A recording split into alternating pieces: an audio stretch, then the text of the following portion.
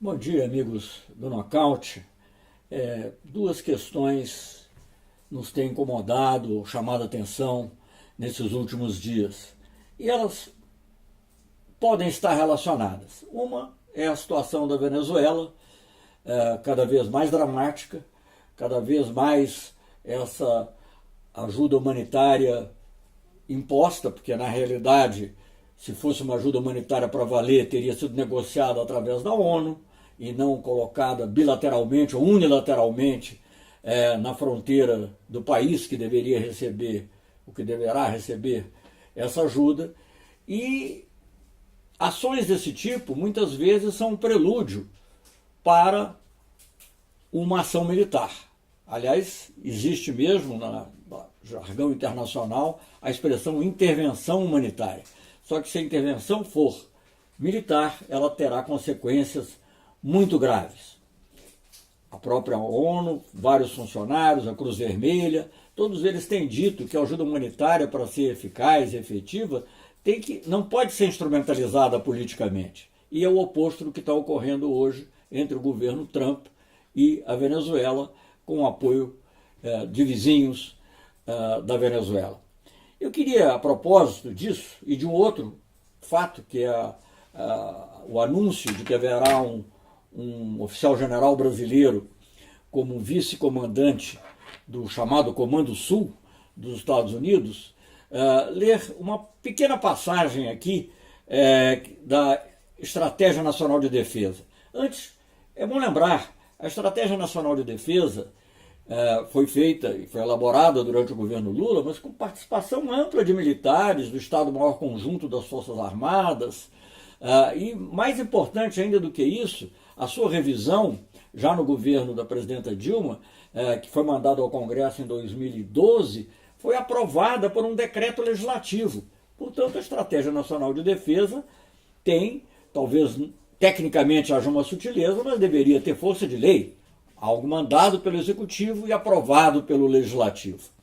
Deixe-me ver o que diz a Estratégia Nacional de Defesa na sua parte introdutória. Alguns dos primeiros parágrafos. O Brasil é pacífico por tradição e por convicção. Vive em paz com seus vizinhos. Rege suas relações internacionais, dentre outros, pelos princípios constitucionais da não intervenção, defesa da paz, solução pacífica dos conflitos e democracia. Muito bem. Então, e segue dizendo, essa vocação para a convivência harmônica, tanto interna como externa, é parte da identidade nacional e um valor a ser conservado pelo povo brasileiro. Evidente, princípios constitucionais nem sequer precisaria repetir, mas na própria estratégia de defesa está incorporada a ideia da não intervenção e da solução pacífica das controvérsias, solução pacífica das disputas em geral. E nesse caso, isso é muito importante, porque o nosso vizinho, independentemente do julgamento que se possa fazer sobre o governo, a oposição, se encontra à beira de uma guerra civil. Se houver uma tentativa de impor pela força essa ajuda humanitária, não sabemos o que poderá ocorrer. Evidentemente que a situação do povo venezuelano é grave, é séria, ela tem que ser objeto de alguma atenção, mas não através de uma imposição forçada e da manipulação política de algo que deveria estar acima da política, que é justamente a ajuda humanitária. Eu acho que isso é muito importante, porque nós estamos diante de uma situação em que esse princípio da Estratégia Nacional de Defesa, que é uma lei, na prática, né, um decreto legislativo que aprovou um envio do Executivo, a Estratégia Nacional de Defesa está sendo ferida na sua mais essencial característica, que é o respeito aos princípios constitucionais, que estão aqui frisados, porque não estão mencionados todos os princípios constitucionais. Alguns que, naturalmente, se achou importante frisar dentro desse contexto de defesa. E o contexto da defesa nos leva a pensar também nessa outra questão que foi objeto de noticiário nessa semana, eu mesmo já comentei em outras colunas, que é a questão da nomeação de um oficial-general brasileiro para o Comando Sul. O que é o Comando Sul?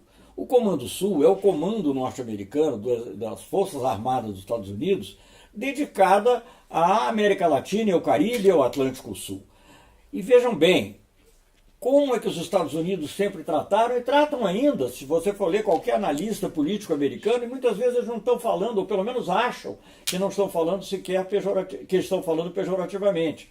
Eles tratam a América do Sul, América Latina, Caribe, etc., como o quintal norte-americano, the backyard, a tradução em espanhol é até um pouco mais eloquente, porque é o pátio traseiro, né, dos Estados Unidos. É assim que eles tratam, porque sempre viram assim estrategicamente. Vamos lembrar um pouquinho qual é a história dessa relação estratégica. Ela vem, sobretudo, ela tem uma história mais antiga, mas ela se consolida, a doutrina de Monroe, etc., mas ela se consolida dentro da OEA e do Tratado Interamericano, que foi assinado, chamado Tratado do Rio, 48, feito no auge da Guerra Fria, cuja essência era o ataque a um e ataque a todos. Por quê? Na época o que se pensava era que numa guerra, naturalmente seria com a União Soviética, qualquer país atacado receberia o socorro dos demais. A probabilidade dos outros países atacados era muito pequena, mas os Estados Unidos ou o Canadá, eventualmente, teria o apoio praticamente automático dos demais países da região. Então, essa foi a origem. Mais tarde, e o Noam Chomsky define isso muito bem, os Estados Unidos passaram a ter uma outra doutrina, sem abandonar o que estava escrito no TIAR, mas tratar os exércitos e as forças armadas da América Latina como, digamos, instrumentos de ação política interna, né? Tudo ainda dentro do contexto da Guerra Fria, e dentro desse contexto ocorreram os golpes dos anos 60 e 70 em toda a região. É curioso também, porque quando depois, com o fim do comunismo real, do socialismo real, né? As pessoas hoje em dia, o próprio Trump fala em socialismo, mas o socialismo que existia, o socialismo real da União Soviética, etc., terminaram. E depois do término da queda do Muro de Berlim, a dissolução da União Soviética, Washington passou a achar mais interessante que as forças armadas nos países da América Latina, América do Sul, se dedicassem mais ao combate ao narcotráfico. Aliás, justiça seja feita, as nossas forças armadas nunca acharam boa essa ideia de se transformar em polícia interna contra criminalidade. Eu me recordo, eu era ministro do presidente Itamar Franco, quando teve no Brasil o ministro da Defesa, Bill Perry, dos Estados Unidos, era o governo democrata, era o governo Clinton, e o Bill Perry veio aqui com essa doutrina ele era uma pessoa até muito simpática, devo dizer, mas veio com essa ideia que era a missão que os exércitos e as forças armadas dos países latino-americanos teriam, combater o narcotráfico. As forças armadas brasileiras sempre resistiram a isso, sempre dentro de uma visão mais nacional, correta. E essa visão nacional correta é que possibilitou fazer a Estratégia Nacional de Defesa, que naturalmente cuida de muitos outros aspectos, o equipamento das Forças Armadas, um aspecto até muito interessante em relação ao que está ocorrendo hoje em dia, da Embraer e a Boeing, tem um parágrafo específico dizendo que em questões tecnológicas da indústria, o aspecto relativo à soberania, ou o aspecto estratégico, predominaria sobre o aspecto puramente comercial. Não sei se nessa negociação da Embraer com a Boeing isso está sendo levado em conta. Mas vamos voltar então a essa visão. O que estava acontecendo? É que nos últimos anos o mundo foi se tornando mais multipolar. Essa ideia do conflito leste-oeste acabou, naturalmente, não tinha mais União Soviética. A China, ela tinha seus relacionamentos, mas não estava preocupada em exportar revolução, nem exportar comunismo. Então, com isso, houve oportunidade para que houvesse, digamos, outras configurações de poder, outras associações. Na América do Sul mesmo, nós fizemos, e está mencionado na Estratégia de Defesa, o Conselho de Defesa Sul-Americano para tratar de relações pacíficas entre os países da região, para ajudar a resolver os problemas dos países da região, seja entre estados, seja algumas vezes até dentro dos estados, sempre que eles permitissem e quisessem. Bem, agora o que nós estamos assistindo? Nós estamos assistindo a novo esforço de dominação e de absorção de todas as forças armadas da região dentro do Comando Sul. É como se todos fossem, digamos assim, departamentos do Comando Sul no combate à influência chinesa principalmente, russa talvez em segundo lugar, mas sobretudo chinesa de natureza econômica. Isso, aliás, não é segredo, isso tem sido dito, esse objetivo, não só está mencionado pelo almirante Fales, o comandante que fez a apresentação do documento em que a subchefia brasileira é mencionada, mas também pelo ministro da Defesa norte-americano, quando esteve aqui, etc. Então, isso é algo que nos preocupa muito, porque retira algo que é essencial dentro da estratégia de defesa, que é uma visão de autonomia e de independência do país. Há até um capítulo, quando fala de parcerias, que elas devem buscar, quem tiver interesse pode ler, que um aspecto das parcerias, digamos assim, uma consideração do ponto de vista internacional, é que as parcerias favoreçam um pluralismo de visões, e não uma visão única, uma filosofia única ditada por uma potência hegemônica. Então esse é o lado, digamos assim, teórico, claro que com consequências práticas. Nós passemos ao concreto e imediato. Voltemos à Venezuela. O Brasil e os nossos militares, pelo menos os que têm falado, sempre têm dito que o Brasil não participará de uma intervenção. E é muito bem-vinda essa declaração que tem sido feita, entre outros pelo vice-presidente, mas por outros militares também.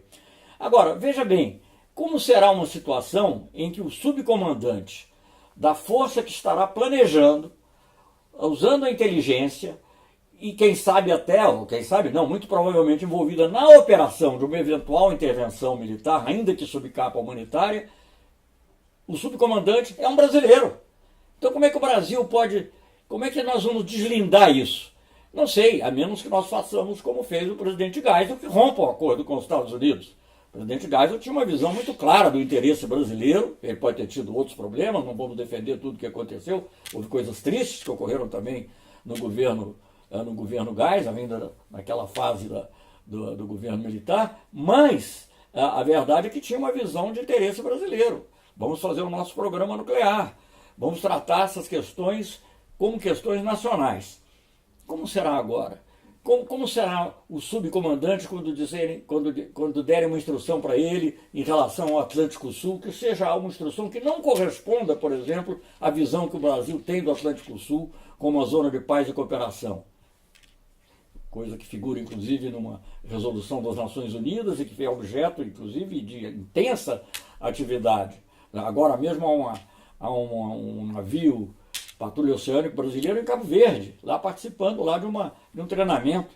Mas se disser, não, esse navio terá que ser usado de tal maneira, o subcomandante o que vai fazer? E se houver uma intervenção militar na Venezuela, ele vai se sair ou ele vai aceitar? Então, não há como, isso não é uma coisa comum. Eu não vejo, não me lembro, não conheço nenhum caso semelhante desde a Segunda Guerra Mundial. Segunda Guerra Mundial, sim, o Brasil participou com as forças integradas nas forças norte-americanas, era a única maneira que tinha provavelmente de participar de forma efetiva, e isso foi aceito. Mas num momento como esse, em que há toda uma retórica que volta a ser uma retórica de intervenção na região, e de intervenção claramente ligada a temas geopolíticos mundiais, em que, digamos, nós ficamos comprando inimizades e rivalidades que não são nossas. Como disse muito bem o economista Paulo Nogueira Batista sobre a parte econômica, Paulo Nogueira Batista Júnior, entre China e Estados Unidos nós não temos que escolher um ou outro, temos que aproveitar o melhor do que temos. Também com relação à China, chegar para a China, não, os Estados Unidos estão nos dando uma vantagem maior. E vamos assim fazer, e vamos assim também fazer na geopolítica, e defender a nossa soberania. Isso é muito importante. E eu creio que ainda que não tenha havido, digamos assim, uma intenção da parte nossa, né, de modificar a estratégia, que é uma estratégia baseada na soberania, há no mínimo uma ingenuidade. E eu acho que é preciso tomar muito cuidado. E voltando à questão da Venezuela, eu me preocupo muitíssimo, eu acho que é nosso vizinho, nós temos que ter uma ação pacífica e, como diz a estratégia nacional, pacificadora, que busque uma solução negociada. Todos terão que fazer concessões, a oposição terá que fazer, o governo do presidente Maduro também terá que fazer concessões, mas para que isso exista é preciso que haja um diálogo. E o diálogo não pode ser preconcebido, não pode ter um diálogo dizendo o resultado é esse. Né? O resultado tem que nascer do diálogo. Vai ser necessário no processo de negociação de ser mais persuasivo com um ou com o outro lado? Vai, mas é preciso que exista o diálogo. Eu acho que o Brasil embarcar numa num apoio, ainda que esse apoio seja só diplomático, que dificilmente será só diplomático, porque as coisas têm desdobramentos que escapam ao controle e às intenções iniciais, né? Então, vamos lembrar, quando o Brasil rompeu relações com os países do eixo, não tinha pensado em mandar tropa, isso foi mais tarde. Não, cada situação é uma situação, mas essas questões todas são preocupantes e nós não queremos que haja esse tipo de intervenção e não queremos que haja sequer o apoio diplomático que leve à intervenção. Queremos democracia na Venezuela? Sim, queremos. Para isso é preciso diálogo? Sim, é preciso. É preciso talvez haver alguma transformação? Muito provavelmente. Nós vamos obter isso pelos meios que sempre foram usados, os meios da diplomacia, os meios da negociação, os meios da solução pacífica. E não há de ser com o subcomandante do Comando Sul nos Estados Unidos que nós vamos contribuir para isso.